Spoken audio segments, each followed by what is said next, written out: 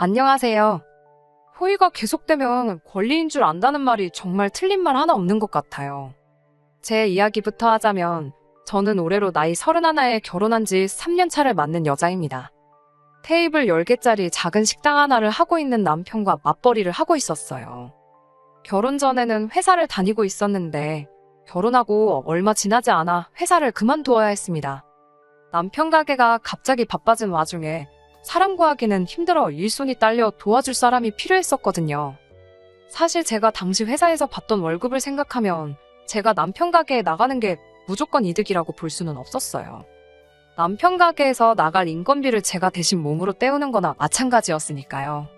제 월급이 적었던 것도 아니고 그래도 울며 겨자 먹기로 회사를 그만둘 수밖에 없었던 건 아무래도 언젠가는 육아를 이유로 제가 회사를 그만둘 때가 올 거라고 생각했고 회사야 정해진 월급이 따박따박 나오지만 가게는 그렇지 않잖아요. 가게가 바쁜 만큼 회전을 제대로 시키지 못하면 그게 바로 가게 평판과 이어질 테고 평판이 나빠져 손님이 줄어들면 그만큼 매상을 견인해오지 못할 테니까 말이에요. 그래도 다행인 건 제가 대학생 시절에 잠깐이나마 서빙 알바를 했던 적이 있기도 하고 주방에서도 일을 했던 적이 있던지라 금방 가게 일에 적응을 할 수 있었다는 거예요. 특히나 그때쯤부터 배달 주문이 폭발적으로 많아지면서 주방도 도와주고 가게 일도 봐줄 수 있는 제가 세 사람을 고용하는 것보다 비용 면에서 더 절약을 할 수 있었으니 여러모로 더 이득이었지요. 하지만 그때는 몰랐던 게 결국 제 몸 하나 갈아 넣어서 인건비를 충당하고 있었다는 사실이었지요. 체력적으로 많이 힘들었는데 그때는 남편이 많이 고생하는구나 하는 생각밖에 없어서 더 열심히 도와줬던 것 같습니다. 결과적으로는 제가 남편 가게를 도와주면서 평판도 훨씬 좋아지고 식당은 점점 더 매출이 잘 나오기 시작했어요. 하지만 장사라는 게 생각처럼 되는 게 아니더라고요. 아무래도 계속해서 새로운 식당, 특히 배달 전문으로 하는 가게들도 많아지고 손님들도 늘 새로운 걸 찾다 보니 나날이 오르던 매상은 점점 정체가 되기 시작했고 특히나 경기가 안 좋아지기 시작하면서 매출이 눈에 띄게 줄어들기 시작하는 게 보이더라고요. 그나마 배달 주문 덕에 매출이 어느 정도 나왔는데 불경기가 길어지다 보니 배달비 부담 때문인지 물가 때문에 그런 건지는 모르겠지만 배달 주문도 점점 줄어들기 시작했습니다. 엎친 데 덮친 격으로 재료비들이나 가스비 같은 게 터무니없이 많이 오르기 시작했고요. 원가는 오르지 매출은 줄어들지 점점 남편과 저 두 사람 인건비도 못 건질 때가 많아졌어요. 가게 일 도와준다고 자녀 계획도 조금 밀어놓은 상황이었는데 가게 장사가 안 되는데 두 사람이 항상 붙어 있으니까 사소한 일로 다투고 이런저런 문제가 많아지더라고요. 그냥 남편 가게가 어떻게 되던 간에 신경 쓰지 말고 내 경력이나 지킬 걸 하는 후회가 생긴 적도 있었고요. 원초적인 문제는 다른 곳에 있는데 그걸 가지고 남편을 원망하고 별것도 아닌 걸로 서로 날 세우고 그러는 게 점점 지쳐가는 와중에 이대로는 안 되겠다 생각해서 저도 큰 결심을 했습니다. 그때쯤부터는 남편도 바쁜 시간에만 직원 한 명 두고 쓰는 게 더 이득이라는 생각을 갖기 시작했던 상황이기도 했고 그래서 저도 가게를 나와 다시 일자리를 찾기 시작했어요.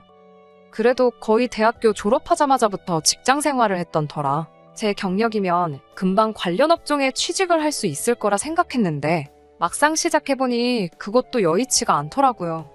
아무래도 3년에 가까운 시간 동안 경력 단절이 있었기도 하고 업계가 워낙에 트렌드에 민감한 쪽이다 보니 장기간 경력 없이 업계를 떠나 있는 제가 취직하는 건 힘들어 보였습니다.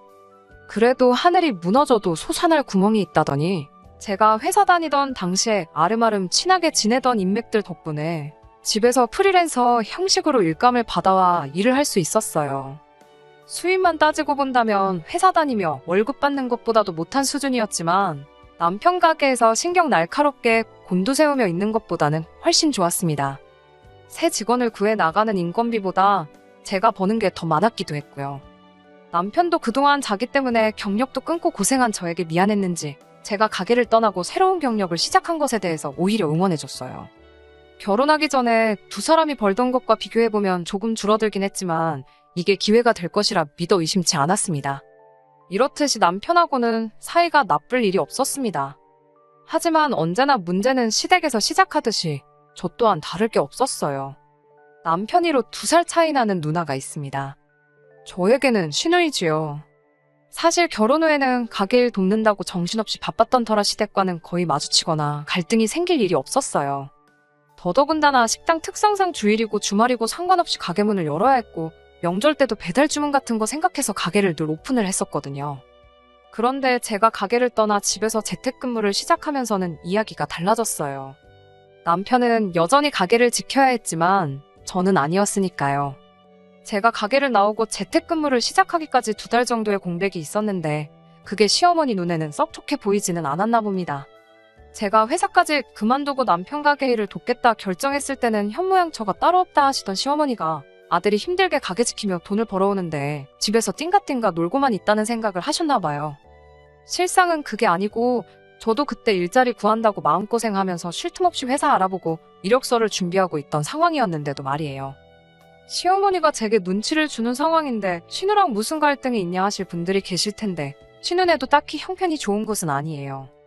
신우네 또한 맞벌이 부부 생활을 하고 있었고 육아도 중요하지만 형편상 육아를 이유로 직장을 관둘 여유가 있는 집이 아니었어요. 그런데 그런 신우가 당시 출산을 앞두고 있었거든요.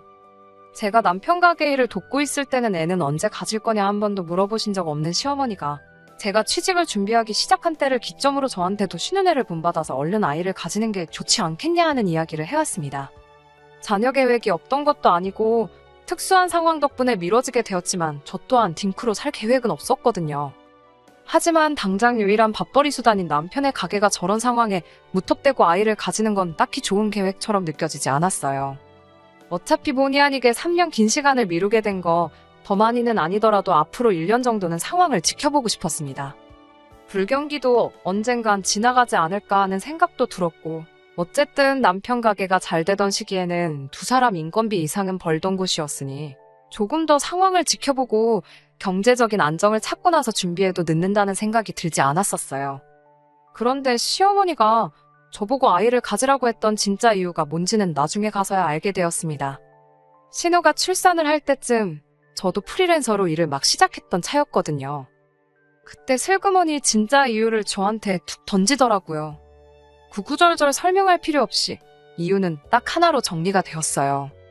신우가 다시 회사에 출근을 해야 하니까 신우 아이를 제가 돌봐줬으면 했으면 싶었던 거였죠. 제가 그걸 해야만 한다는 식으로 이야기를 한다는 게 어차피 집에서 놀고 있기도 하고 너도 앞으로 애엄마가 되지 않겠냐며 미리 연습해본다 생각하고 애를 대신 키워보라 하더라고요. 시기상 시어머니가 아이를 가지라고 노래를 불렀던 걸 생각해보면 남편과 저 사이에 아이가 태어나면 제가 당연히 아이를 돌봐야 했으니 신우 아이까지 저한테 맡기려는 심보였던 것 같아요. 제가 너무 나쁘게 생각하는 걸 수도 있겠지만 아무리 생각해봐도 그것 말고는 다른 게 설명이 되지 않았으니까요. 하지만 저도 그때 막 프리랜서 일을 시작했던 차였기도 해서 그 제안에 대해서는 당연스럽게 거절을 했습니다. 저랑 남편이 결혼 전에 약속한 건 양가 부모님께 작게나마 생활비를 드리기로 한 거였는데 벌이가 어려워진 상황에서도 그 돈을 줄이거나 따로 안 드렸던 적은 없었거든요. 그런데 제가 신우 아이를 봐줘야 한다면 앞으로 생활비를 드리는 걸 장담할 수 없다고 말씀드리니 신우애 키우라는 이야기는 쏙 들어가더라고요. 다행히 남편도 중간 역할을 잘해준 덕분에 그게 시어머니와 저 사이의 갈등으로 이어진다거나 하지는 않았습니다. 그 후로 그 이야기는 완벽히 정리가 된 거라 생각했는데 6개월쯤 지난 뒤에 신우가 저한테 기니할 이야기가 있다고 저희 집까지 찾아왔어요. 교류도 거의 없이 지내던 신우였는데 기니할 이야기가 있다고 하니 그게 좋은 이야기일 거라는 생각은 들지 않았습니다. 안 좋은 예감은 틀리는 법이 없다더니 신우가 꺼낸 이야기는 결국 시어머니가 저에게 부탁했던 것과 같은 이야기였어요. 그나마 6개월간은 출산휴가를 내서 신우가 직접 아이를 돌보고 있었다고 합니다. 그런데 그 이상은 힘들었나 봐요. 회사에서도 눈치를 주고 신우 책상을 뺀다니 어쩐다니 하는 이야기가 나오기도 하고 그랬다고 하더라고요. 그렇다고 아예 회사를 그만두기에는 심해부 외벌이로는 육아까지 턱도 없다고 자기가 꼭 출근을 해야만 하는 상황이라고 하더라고요. 신우가 하도 간곡하게 부탁했기도 하고 저 또한 다른 이유지만 경력이 단절된 아픔을 누구보다 잘 이해할 수 있는 상황이기도 해서 다시 생각을 해보기로 했어요. 어차피 저는 재택근무로 집에서 일을 할 수 있기도 했고 더군다나 남편 가게 매출이 당장 회복이 될 기미가 보이지 않는 와중이었는데 저 역시 일감이 썩 많이 들어오던 편은 아니었거든요. 좋은 게 좋은 거라는 말도 있잖아요.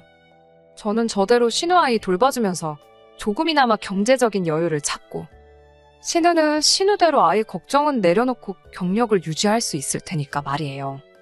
그야말로 일석이조 윈윈이라고 생각을 했었나 봐요. 하지만 저도 할 일이 아예 없던 건 아닌지라 신우한테 일단 어린이집을 보내놓으면 제가 하원까지 시켜주고 심해부나 신우 퇴근할 때까지는 봐줄 수 있겠다고 이야기를 했습니다. 신우도 제가 아이를 케어해준다는 말에 얼굴이 화색이 돌더라고요. 남편은 저도 일을 하는데 애까지 돌보려면 힘들지 않겠나 걱정을 해주긴 했지만 아무래도 상황이 상황이다 보니 조금이나마 더 벌어오려는 저를 두고 하지 말라는 말은 못하더라고요. 이래저래 알아본 결과 어린이집에 일단 등원시키면 4시에 끝나 하원을 시킬 수 있고 신우나 심해부 둘 중에 한 명이 퇴근을 하게 된다면 아무리 늦어도 오후 7시 전후였어요. 대략 3시간 정도만 봐주면 되는 거니 하루에 3만 원만 받기로 했습니다. 최저임금 정도밖에 되지 않는 돈이었고 저도 제가 하는 일 외로 조금 더 여유자금을 만들기 위해 하겠다 했지만 더 달라고 하기도 뭐해서 그렇게 하기로 했어요. 신우집이나 시댁이나 거리가 그렇게 먼 편은 아니었던지라 그렇게 힘들지는 않았어요. 그런데 그렇게 딱 일주일이 지나니 신우가 처음에 말한 것과는 다른 부탁을 해왔습니다. 아무래도 출산휴가로 자리를 비운 동안 회사에 미운털이 박힌 것 같으니 남들보다 훨씬 일찍 출근을 해야겠다며 혹시 저한테 아이 등원까지 시켜줄 수 있느냐 부탁을 해왔어요. 저도 집에서 하는 일이긴 하지만 이러나 저러나 일을 하고 있는 거라 그건 좀 힘들겠다 했더니 어차피 재택근무인데 어디서 하는 게 뭐가 문제겠냐며 출근하는 셈 치고 조금 일찍 와서 아이 등원시켜주고 자기 집에서 일을 하면 안 되는 거냐고 계속 부탁을 해왔습니다.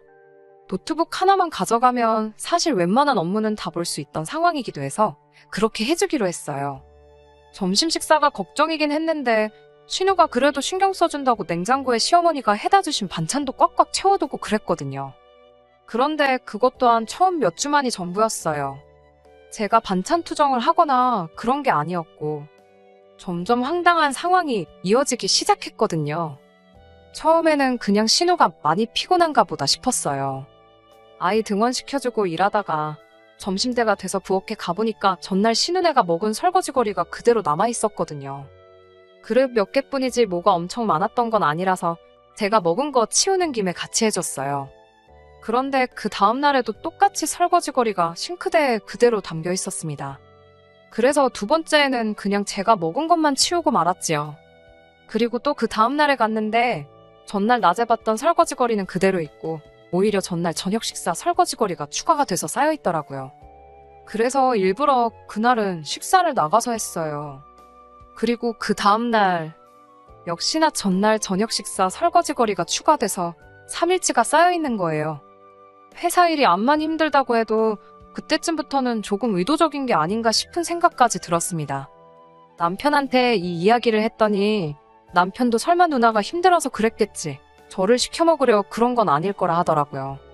그러면서도 살짝 미심쩍은 부분이 있었는지 앞으로는 자기가 가게에서 다음날 먹을 도시락을 만들어서 올 테니 괜히 밥 얻어먹었다는 생각에 설거지 같은 거 해주지 말아라 하더라고요. 엄연히 애 돌보는 거 해주기로 간 거지 집안일 해주러 가는 게 아니지 않냐 하면서요. 서로 불편한 일 만들 필요 없겠다 싶어서 저도 그렇게 하는 편이 낫겠다 생각했어요. 설거지거리가 며칠 동안 계속 쌓여 있었는데 냄새 때문에 그런 건지 아니면 더 이상 쌓아놓으면 자기들 밥 먹을 그릇이 없을까봐 그랬는지 그 다음날에는 설거지가 싹 배어 있었습니다. 하지만 제가 도시락을 싸가지고 다니는 와중에도 여전히 설거지거리가 며칠 내내 쌓여있다가 한 번에 치워지고 그러기를 반복했어요. 그런 걸 몇 번 보니까 그냥 신우가 살림하는 스타일이 저렇구나 하고 말았지요. 결과적으로 보면 그건 신우가 저보고 하라고 쌓아놓았던 게 맞기는 했네요. 하루는 이런 일도 있었습니다. 항상 7시 전으로 둘 중에 한 명이 퇴근하던 두 사람이었는데 그날은 8시가 다 돼가는데도 두 사람 다 퇴근을 안 하더라고요. 그날은 금요일 저녁이라 저도 많이 피곤하기도 했고 언제쯤 들어오냐 전화를 했는데 신우도 심해부도 전부 전화를 받지 않았어요. 애를 혼자 두고 저 혼자 집에 가버릴 수도 없어서 마냥 기다려야만 했습니다. 그런데 9시가 되고 10시가 돼도 두 사람 다 연락이 통되질 않는 거예요. 그쯤 되니까 두 사람이 연락도 없이 늦어서 화가 나는 게 아니고 무슨 일이 생긴 건 아닌지 걱정이 되더라고요. 시어머니한테 전화를 해봤는데 회사 일 해본 사람이 그 정도도 이해를 못 해주냐며 회사 일이 바쁜가 보다 하고 기다리라는 말만 하더라고요.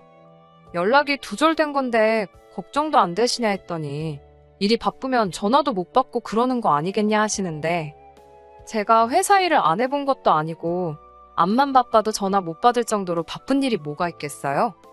설령 회사 일이 그렇게 바쁘더라 하더라도 다른 사람도 아니고 자기 자식을 맡겨놨는데 제가 설마 애를 두고 집에 돌아가지는 않았을지 걱정이 돼서라도 전화를 하는 게 당연한 거 아니지 않나요? 아니, 저한테 미안해서라도 어떻게든 짬을 내서 전화 한 통을 하는 게 맞다고 생각했어요. 결국 저희 남편까지 가게 문 닫고 같이 신우집에서 시조카 봐주며 집을 지켜야 했습니다. 그래도 남의 집인데 신우네 안방문 열고 들어가기도 뭐해서 결국 소파에서 남편하고 번갈아 가며 남편이 집에서 가져온 담요 하나 덮고 쪽잠 자면서 자리를 지켰어요. 신우네 부부가 집에 돌아온 건 다음날 점심때나 되어서였습니다. 어디서 뭘 했냐 하니 아이 태어나고 두 사람이 오롯이 보낼 시간이 없어서 아쉬웠는데 마침 당근에 호캉스 예약해둔 걸 못 가게 된 사람이 싸게 매물을 올려놔서 그걸 사가지고 둘이서 하루 푹 쉬다 왔다는 거예요. 남편하고 저는 어이가 없었지요. 고작 둘이 호캉스 즐기겠다고 해도 내팽개쳐두고 전화도 없었던 거냐 따지니 저한테 집에 못 들어간다고 말하기 너무 미안해서 일부러 연락을 안 받은 거라 하더라고요. 그 와중에 시어머니한테는 연락을 해서 제가 신우를 찾아도 모르는 척 해달라고 부탁을 했었나 봐요. 그러니 별 걱정 없어 보이던 시어머니의 태도가 왜 그랬던 건지 이해가 가더라고요. 그때쯤부터는 저도 더 이상 좋은 마음이 들지가 않더라고요. 그래서 신우한테 저도 불편한 거 참고 신우내서 일을 하고 있던 거였는데 더는 못 해주겠다고 했어요. 호캉스까지 즐길 여유면 이제 회사에서도 눈치 볼 일도 따로 없는 것 같으니 그냥 원래 하기로 했던 대로 하자 했습니다. 저는 그냥 아이 하원시켜주고 두 사람 퇴근할 때까지 아이 돌봐주는 것까지만 하겠다 했어요. 신우는 이제 와서 그러는 게 어딨냐 따지고 싶어하는 분위기였지만 아무래도 지들이 저지른 짓이 있으니 딱히 다른 말은 못하더군요. 아무튼 여차저차 그렇게 한 달이 지났습니다. 일주일에 15만 원씩 하고 신우 때문에 밤새야 했던 하루를 추가해서 50만 원을 달라고 했어요. 설거지나 호캉스 등등으로 스트레스 받은 거 생각하면 50만 원, 사실 돈을 벌었다는 생각도 들지 않았습니다. 그런데 입금했다는 신우 연락을 받고 통장을 확인해보니 어이가 없어서 웃음조차 나오질 않더라고요. 통장에 신우가 돈을 보내긴 했는데 들어온 액수가 받아야 할 돈의 반절인 25만 원 밖에 되지 않았으니까 말이에요. 신우한테 다시 연락을 했어요. 25만 원은 뭐 현금으로 주시려고 그런 거냐 물으니 신우가 오히려 어이가 없다는 듯이 저한테 큰 소리를 내더라고요. 아무리 생각해봐도 자기가 손해라는 거예요. 하루 꼴랑 3시간 봐주고 그 큰 돈을 받아가냐고 성질을 부리면서 자기들도 저 때문에 추가적으로 나가는 비용이 더 많다고 오히려 큰 소리를 내며 따지고 들더라고요. 어차피 집에서 일하는 건데 아이 어린이집을 보낼 필요가 애시당초 왜 있냐는 겁니다. 말인즉슨 어린이집은 순전히 저 때문에 보내는 거고 어린이집 비용으로 한 달에 100만 원이 넘는 돈이 나가는 건 알고나 있냐고 따져묻더군요. 어린이집 비용 120에 저한테 50만 원까지 주면 자기들도 남는 게 없다는 소리지요. 신우한테 억지 부리지 말라고 어린이집 안 보내고 저한테 시간당 10,000원씩 준다 치고 계산해보라고 했어요. 하루 10시간이면 10만 원이고 주당으로 따지면 50씩이다. 한 달이면 최소 200만 원씩 나가는 걸 모르겠느냐 따졌지요. 그랬더니 신우가 저보고 그게 문제라는 겁니다. 애초에 가족 좋은 게 뭐냐고 서로 돕자고 있는 게 가족인데 저한테는 가족이 돈벌이 수단으로밖에 보이지 않느냐면서 따지고 드는 겁니다. 어차피 집에만 있는데 애 좀 그냥 봐줄 수 있는 거 아니냐고 하면서 제가 그렇게 먼저 돈을 밝히고 드니 자기도 똑같이 나온 거라나요. 그렇게 하나하나 계산해서 따지는 제가 괘씸해서 자기도 빼고 주는 거라고 하는데 뭔 소리를 하는가 했더니 그동안 제가 신우집에서 일을 했으니 공간 사용료부터 해서 저 먹으라고 시어머니가 해준 반찬값에 전기세까지 다 포함한 거라고 하대요. 그때 설거지 이야기도 하더라고요. 밥은 공짜로 얻어먹어 놓고 설거지도 안 해놓고 저보고 사람이 참 못 배웠다고 드는데 누가 누굴 욕하는 건지 싶었지요. 애 키우는 거 연습시켜주는 셈이나 마찬가지니 오히려 자기들이 저한테 돈을 받아도 모자라다는 소리를 하는데 조목조목 따지고 들자면 신우가 찍소리도 못하게 만들어줄 수 있었지만 그렇게 하진 않았어요. 하지만 뭐 저도 제 시간 투자해서 애 봐주는 거나 마찬가지인데 이런 소리까지 들어야 할 이유가 있나 싶기도 하고 신우 계산대로라면 한 달에 꼴랑 20만 원 더 벌자고 이러고 있을 이유도 없겠더라고요. 차라리 인형 누나를 붙여도 이것보단 더 벌겠다 싶어서 그냥 신우한테 애 봐주는 건 오늘로 끝이다 선언하고 신우 집 나와버렸네요. 가만히라도 있었으면 중간이라도 갔을 신우네는 결국 난리가 났어요. 어린이집이야 계속 보낸다고 쳐도 4시에는 하원을 시켜줘야 하니 중간에 신우가 일찍 퇴근할 수도 없는 상황이었으니까요. 결국 신우는 시어머니에게 도움을 요청했다고 합니다. 저한테는 연습하는 셈 치고 공짜로 신우 애를 키워달라는 시어머니였는데도 자기 딸 자기 손자 봐주는데 그냥 해주긴 싫으셨나 봐요.